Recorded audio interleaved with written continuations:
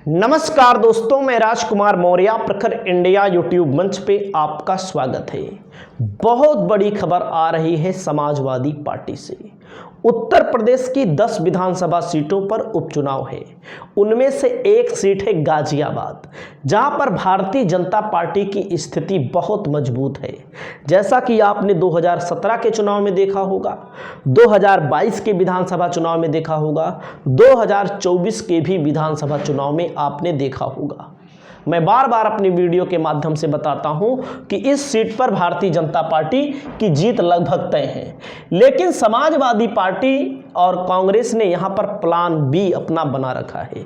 यहां का मामला क्या है, पहले आप इस मामले को समझिए। बहुजन समाज पार्टी के नेता थे, अब है नहीं।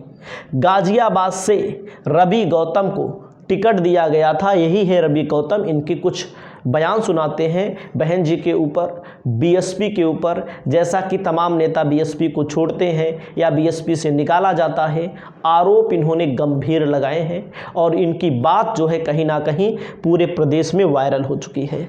तो गाजियाबाद से बसपा प्रत्याशी बने रवि गौतम का कटा टिकट। आप देख सकते हैं रवि गौतम को का टिकट क्यों कटा। रवि गौतम कौन है? रवि गौतम एडवोकेट हैं, बहुजन समाज पार्टी में 15 सालों से काम कर रहे थे। इनको टिकट दिया गया और इन्होंने कहा है अपनी वीडियो के माध्यम से, टिकट के लिए पार्टी के फंड में मैंने 11 लाख रुपया दिया और 20 से 25 लाख हमारा प्रचार में खर्च हो गया।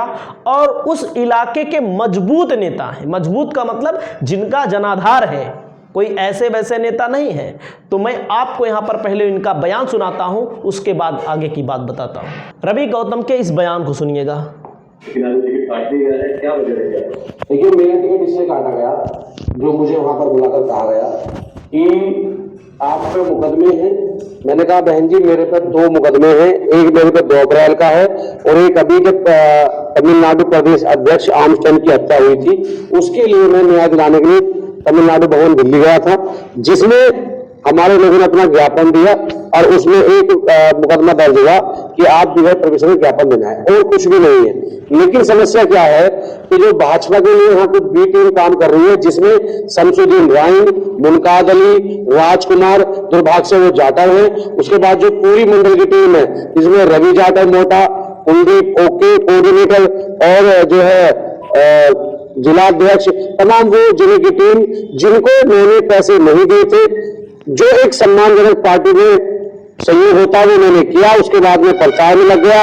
इनको परेशानी थी कि अगर यहाँ पर ये रवि गौतम चुनाव लड़ता जीतता है तो इनकी जो करप्शन करने की आदत है, दलाली करने की आदत है, वो खत्म हो जाएगी। और बहन जी को गुमराह करके मैंने बहन जी से कहा कि बहन जी, पार्टी यहाँ जीरो है। इन्होंने पहले भी जो आरएस के लोगों को टिकट दिलाया, जिससे स्थिति खराब हो गई, समाज में रोष है।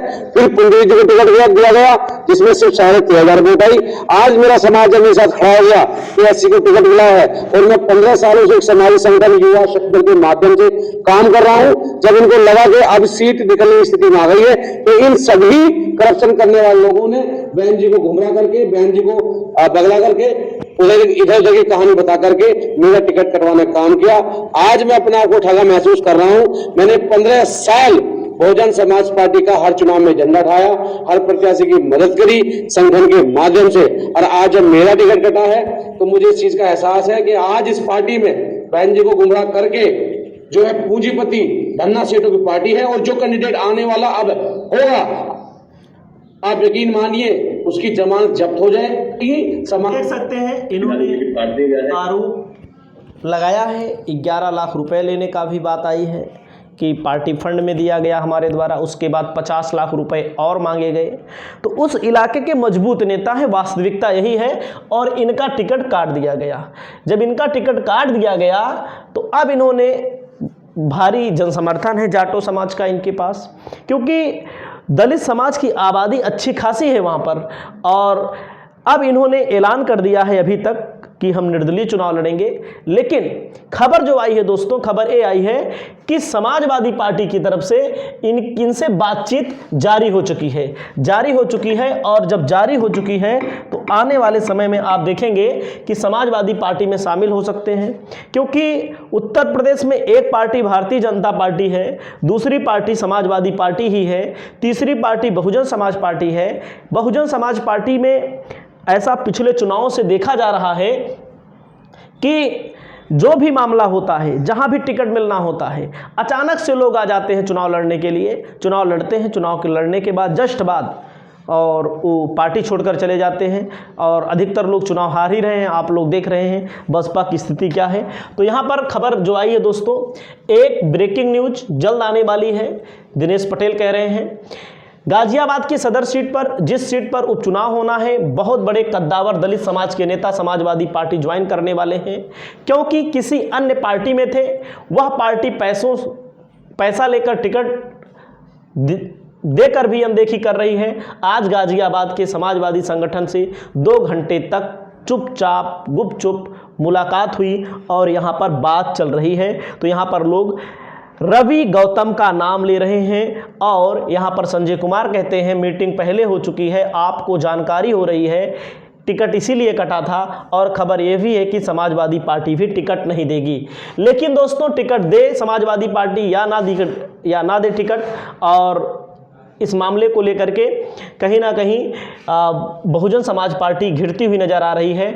अगर रवि गौतम समाजवादी पार्टी में शामिल होने वाले हैं, इससे दोहरा झटका है। बसपा को अलग झटका लगेगा, झटका लग ही रहा है, झटके पे झटका लग रहा है, और वहीं पर भारतीय जनता पार्टी को अलग झटका लगेगा, क्योंकि इस इलाके में इनकी अच्छी खासी पकड़ है। अगर हम पुराना इतिहास देखें यहाँ पर, तो गाजियाबाद सीट पर कौन कौन चुनाव जीता है उसको भी आप यहाँ पर जान सकते हैं, जो मैं आपको दिखा रहा हूँ। देख सकते हैं यहाँ पर 2022 में जब चुनाव हुआ था, अतुल गर्ग भाजपा से लड़े थे, जो अब सांसद बन गए, जिनके कारण सीट खाली हो गई है। बीजेपी ने 1,05,537 वोटों से जीता था। 2 नंबर पर सपा थी, 3 नंबर पर बसपा थी। बसपा अधिकतर सीटों पर अब 3 नंबर पर ही आ रही है, 2 नंबर पर भी नहीं आ रही है। और 2017 में अतुल गर्ग 1,24,000 वोट पाए थे और 70,505 वोटों से जीता था इन्होंने। 2012 में बसपा ने चुनाव जीता था, और यहाँ पर कांग्रेस ने 2002 में जीता था। 2007 में भाजपा यहाँ पर चुनाव जीती थी। तो यहाँ पर भारतीय जनता पार्टी और कांग्रेस की स्थिति मजबूत रही है, बसपा की भी स्थिति यहाँ पर मजबूत रही है। तो अब इस सीट के लिए समाजवादी पार्टी ने अपनी रणनीति बना ली है कि कम से कम जाटो समाज के लोगों को जोड़ा जाए, जाटो समाज के नेताओं को जोड़ा जाए, जिनकी उपेक्षा हो रही है।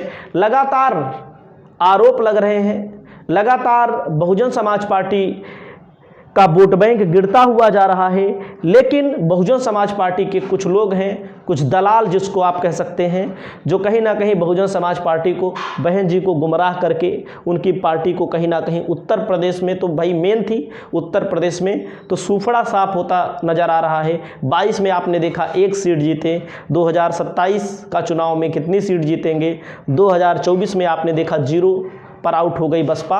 तो बसपा की स्थिति बहुत खराब है। आपकी जो भी राय है, आप अपनी राय को दीजिएगा। नमस्कार।